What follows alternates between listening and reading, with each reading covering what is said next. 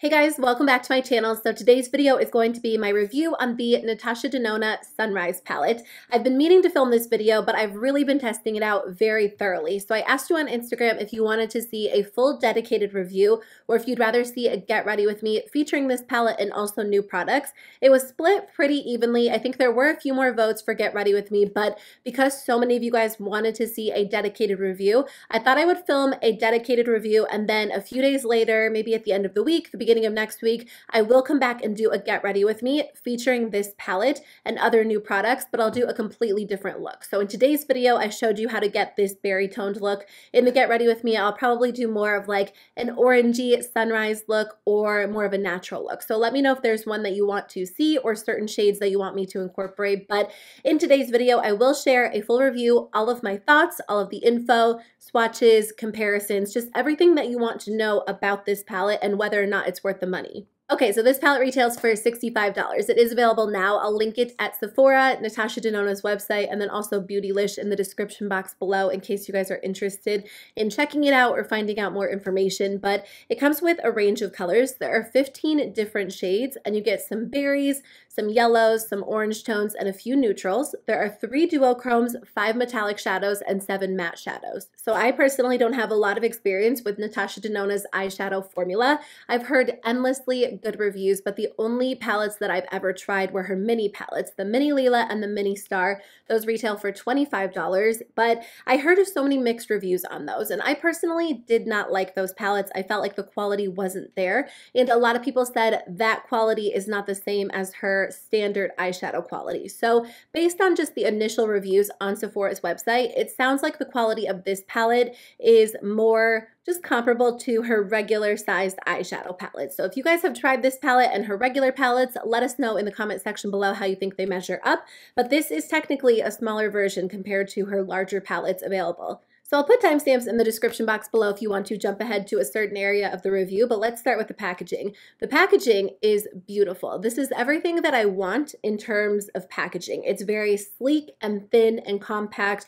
It has an incredibly clear, gorgeous, large mirror, so it's great if you are traveling or if you like to do your makeup in a mirror on a palette. I know some people use the mirror, some people don't, but it just feels high quality. There's not a lot of wasted space. Everything is laid out really nicely, and it's just comfortable and fun to use. On the back, you can actually pop the shadows out if you want to travel with a few shades or put them into a larger palette, which is really convenient. It's a nice touch because I know that is the case for a lot of people. I just think overall they did a great job on the packaging. I've used this palette so many times at this point, and every single time I do my makeup, I get a completely different look. So I really do think there is a good range of shades because there's so much that you can do with one palette. Now, I'm not going to say every single shade in here is completely unique because you will definitely have colors like this in your collection if you are a fan of these tones.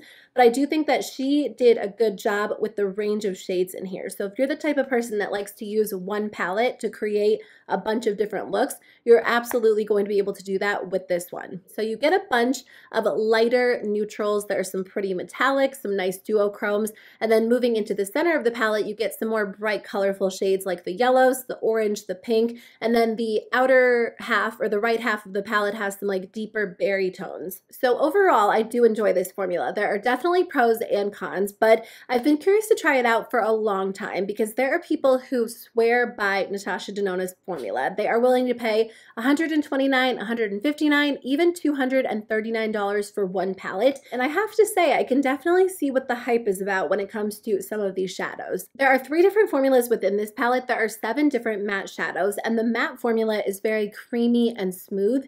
It's very rich, and it blends on the eyes like butter. Now, some of the shades do take a little bit more effort to blend out. I find that the matte shadows that are lighter or brighter typically blend the best, but some of the deeper shades tend to skip on my eyes a little bit. I have a hard time explaining it, but I noticed that as I get older, sometimes certain shadows tend to settle into fine lines or they don't look as smooth on my eyes as I would like them to be. And it's part of aging. It's not the end of the world, but I just find that when I use these shadows, overall, they look very smooth. So if you struggle with texture on your eyelids or you have mature eyelids and you don't typically love wearing shadow for that reason, the Natasha Denona matte shadow formula might actually be a great option for you if you have the time to blend it out. Now, I definitely don't reach for a lot of these matte shadows when I'm in a hurry, but if I'm doing like a particular eye look, I do love using them. Now, there are 5 different metallic shadows in the palette, and the metallic shadows are perfect. I think that it is the best formula in the entire palette.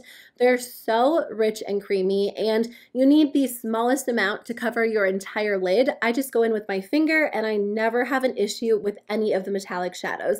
They go on like butter. They're so rich and gorgeous, and I totally see what all the hype was about after experiencing this palette. So the metallic shadows are great. I do not have an issue with any of them. The metallic formula is perfect, but the duochrome formula is a little bit softer, a little bit more flaky. They're not as opaque on the eyes, so I definitely would use them as like lid toppers or if you want a light wash of color, but typically I don't wear them on their own. My favorite shade when I originally saw the palette was Aster. So I definitely think the formula is so beautiful, so high quality, but there are a couple of shades that I don't particularly love, like the shade Aster and the shade Clove. Even though I like these other 2 duochromes in the palette, they're not necessarily the most high quality shadows that I've ever tried. So 11 out of 15 of the shadows are pretty much perfect for me personally, and then 4 of them are a little bit more difficult to work with. Now, as much as I do love a lot of things about this formula, I love that it's rich and smooth and creamy, there are definitely some cons. I find that the shadows don't look as intense on the eyes as I would like them to. Some of them do, but a lot of them don't. When I go to the Natasha Denona Instagram page, everything is so intense and so vibrant, and don't get me wrong, I know that they can enhance photos, they can enhance videos, and a lot of the times people doing the looks are professional makeup artists or Natasha Denona herself, and she's very, very talented. So as somebody who's more of like, you know, just like a regular everyday person, I'm probably not going to get the same exact look that they do get on their Instagram, and I totally get that. But I do feel like a lot of the Instagram photos and just like the promotional photos are so intensely vibrant, and when I use this palette, I don't necessarily get as intense of a look. I do think that using a sticky base makes a difference, but the issue for me is that some of the matte shadows are a little bit more difficult to blend. So some of them blend out perfectly, but when I go for like a darker shade, it just takes a little bit of extra blending. And if I lay down a sticky base, it's going to be even more problematic because it's going to skip across the eyes. So that does help with the fact that the shadows look more vibrant, but overall they don't blend as well on the eyes. So I like to use more of a smooth base just so I can get a quick blend, but I do notice that using a sticky base does help, but it also has downsides because the shadows don't blend as well. My other issue is somewhat similar. Even if I'm able to get like a pretty intense, vibrant look, like if I really pack on the shadows or I use a really sticky base, typically the shadows fade on me by the end of the day. Even after about like 5 or 6 hours, I noticed that the look is a lot more subtle than it was when I originally placed the shadows on my eyes. I don't experience creasing or fallout. I just feel like the entire look as a whole is significantly less vibrant by the end of the day, or even after like a good 5 or 6 hours. So in the end, does Natasha Denona live up to the hype? Are the eyeshadows worth the price tag? So for $65, I am happy with this purchase. I think there are pros and cons, but overall, I think the palette is nice. I love using it. I love the looks that I'm able to get with it.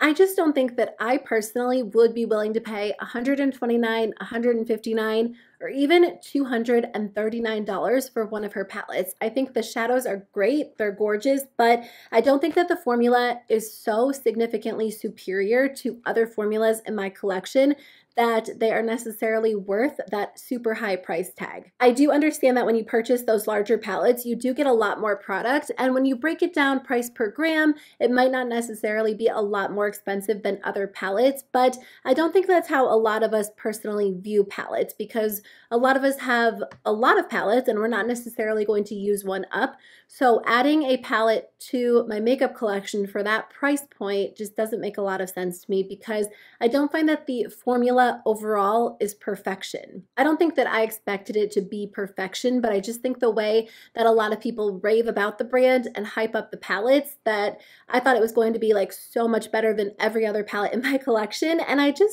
I don't think that's the case. I think there are definitely beautiful shadows in here and I love using it, but I'm completely happy with like $12 eyeshadow palettes from ColourPop. So I personally don't think it would be worth it to me to pay full price for one of her larger palettes. Now she keeps doing mini palettes and they're a pretty good value in comparison to her larger palettes. I think the brand will definitely be on my radar for the future, but it's not going to be a brand that I jump on when it comes to new releases because they are pretty expensive, and for the price tag, I just don't feel a strong tie to the brand. Could change in the future, but for now, those are my thoughts. So I hope that's helpful and I hope it makes sense. I think if you have very similar colors to this in your collection, this isn't necessarily a palette you need to run out and grab, but I do think if you like the Natasha Denona formula or you really have been curious about it, then I don't think $65 is a bad investment. $65 is still a lot of money, so I do have some affordable options that I'll share with you guys that are somewhat similar. I'm going to jump into the demo portion of this video and then I'll come back and share those alternatives with you guys. Okay, so the only thing that I did to my eyes so far was apply an eyeshadow primer and then I set everything into place with a matte shadow. Like I said in the beginning of the video, if you use a sticky primer, sometimes the shadows are a little bit more vibrant, but they also don't blend as easily. And because I'm working with some of the darker shades that are already a little bit harder to blend, I figured I would kick things off with a smooth base. Okay, I'm going to kick things off with the shade Morgan. I'm going to use this really pretty peachy pink tone shadow and blend it in the crease as a transition color. This is a really smooth, creamy shadow. It works perfectly, and I think it's a great option whether you're doing something really natural or something a little bit more dramatic because it just blends so nicely and it complements every single shadow in here so well. I really enjoy this shade. Okay, I'm going to take the shade Glory and blend this one into the crease. I kind of want to do an orange look today, but I think I'm going to do something a little bit more pink toned. So this shade has a tendency to look a little bit patchy when you first apply it, but if you just take your time and start with a small amount and blend over and over, eventually you will start to get that really smooth, seamless blend. Glory blends out a little bit easier than Clove, which I will use next, but I do think the color is pretty. You can do something a little bit more subtle if you really blend it out, or you can build it up for more of an intense look. So that is the first layer. I just dipped the brush once into the pan. I'm just going to take a clean fluffy brush and just lightly blend out the edges. But as you can see, you get a little bit more of a lighter wash of color. I am going to build the color up just a little bit, but hopefully you guys were able to see the fact that it did start out a little bit more patchy, and then as I blend, it looks a lot more seamless. And I just think that the matte shadows, they really melt together in a way that I don't experience with other palettes and other formulas. I'm going to go in with a little bit more. I'm going to blend this shade right into the crease again, but I'm going to try to keep it a little bit lower in general, just because I don't want to bring the pink too high. I do want to have like a nice gradient overall, but I do want to intensify that crease shade just a little bit because I'm going for a little bit more of a dramatic look today. Okay, I'm going to go in with the shade Clove, which is probably the most difficult shade to work with for me in the entire palette. It is a really gorgeous color, and I love using it to intensify the outer corner. That's one of my favorite looks to do. If I'm doing like a dramatic colorful eye or dramatic smoky eye, I always take a shade and just really intensify the outer corner. So I'm going to stamp this color on the outer corner and then very lightly and very slowly blend it up into the crease just to make things really even and smooth. This shadow can get out of hand very quickly for me personally. I tried doing like a halo smoky eye the one day and I just found that it looked really messy, and this shade did have a tendency to look a little bit muddy just because it is so saturated, and I don't find that it blends as well as some of the other shades in the palette. I'm really just going to focus this on the outer corner, but right now I'm going to work on blending a little bit more. So even after all of that, I just find that the shadow looks a little bit patchy. So this isn't a shadow that I would typically wear on its own. I'm going to cover the entire lid with a metallic shadow, which will kind of, cover up that patchiness. Metallic shadows are perfect if you struggle with blending matte shadows, because if you apply them on top of matte shadows, they're so multi-dimensional. So they honestly just work perfectly well to hide any flaws that you might have when it comes to blending your matte shadows. I'm going to take the shade Poppy, which is one of my favorite berry toned metallic shades. It's so rich and vibrant, and I'm just going to place this all over the lid from inner corner pretty much to outer corner. I might leave a little bit of like the dark matte shade showing through, but I am going to go in with one of the duochrome shades afterwards. So I just want to make sure I have a nice smooth even base before I do go in and highlight the center of the lid with that duochrome shade.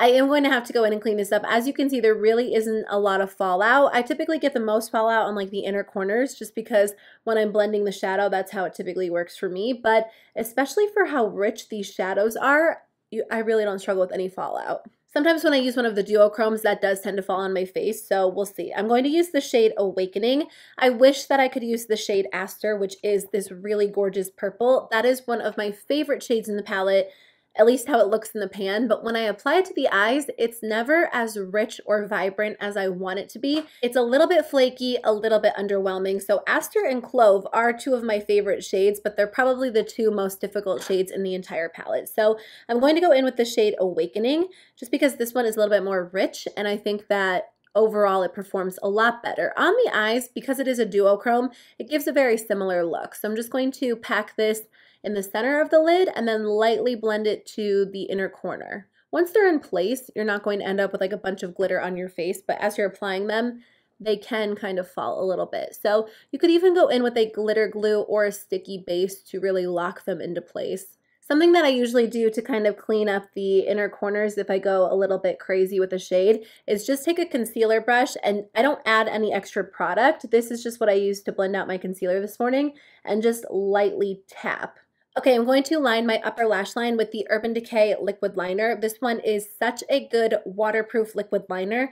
It is rich and dark and it glides on so nicely. So if you're looking for a good liquid liner, this one's a great option. Okay, I'm going to take the shade Glory, which is the shade that we used earlier, and just lightly blend that on the lower lash line.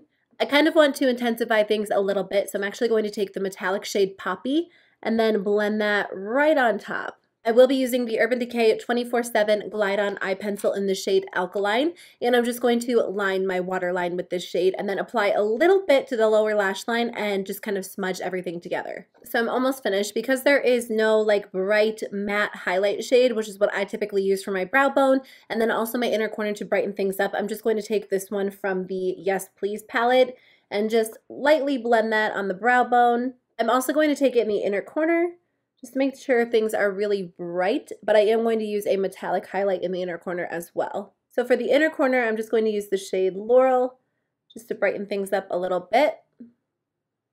And then I'm going to apply mascara to finish things off. So I will be using the new Too Faced Damn Girl Mascara. This one makes your lashes super thick and voluminous. Your lashes can look a little bit clumpy if you're using this one because it does make them look so thick. So if you are not into clumpy lashes, I would skip over this one. But because it is more of a dramatic look and I just don't typically wear false lashes, I'm just going to use this one because I don't mind a slightly clumpy lash look because I just have, like I said, a little bit more of a dramatic look going on today. Okay, I just finished up the rest of my makeup, so I'll put everything that I'm wearing in the description box below.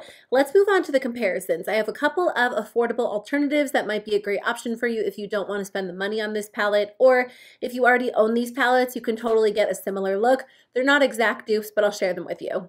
So the first one is the ColourPop Give It To Me Straight palette. Now, if you cover up the yellow shades in the Sunrise palette, the rest of the palette looks very, very similar to the ColourPop palette. If you like berry tones and you like neutrals, then you're going to be able to create so many of the same looks with this palette. In fact, the berry toned shades in the ColourPop palette perform perfectly. I would say that this matte shadow is even better than the shade Clove. So overall, you're going to get a very similar look as long as you don't mind missing out on those two yellow tone shades. The other palette that is somewhat similar is the ColourPop Yes Please palette. I thought I actually decluttered this, but I did still have it in my makeup collection, so I'm glad for the sake of this comparison. This palette has more of like the warm tone shades. It doesn't have as many of the berry shades, but you do get some yellows, you get some neutrals, you get some of those like colorful coral tones, and then again you have an orange as well. So you're going to be able to create some very similar looks using the Yes Please palette, other than maybe some of like the more purple berry toned shades. At first glance, the Through My Eyes palette does not look like it's going to be similar to the Sunrise palette because there are a lot of different shades.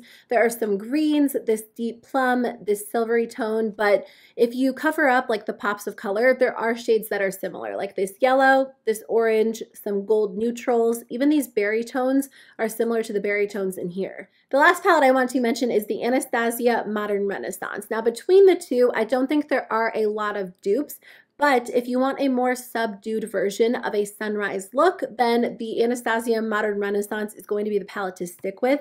I don't typically wear this one a whole lot. When I do like a sunrise look, a sunset look, I want something a little bit more vibrant. So that's why I reach for a palette like this. But if you like something a little bit more toned down, the Modern Renaissance might be the one for you. So again, definitely not a dupe, but it is an alternative, not necessarily a super less expensive alternative, but if you have this one and you're happy with it, you might not need to run out and purchase Sunrise. Okay guys, that is the end of my video. I hope it was helpful if you were considering the Sunrise palette. I just wanted to share my thoughts after I got a chance to really thoroughly test it out. So either way, I hope the video was helpful. If you guys do own this palette or you're planning on picking it up, let me know what you guys think, how you enjoy using it, if you have any tips or tricks. But I will see you guys very soon with a new video. Bye.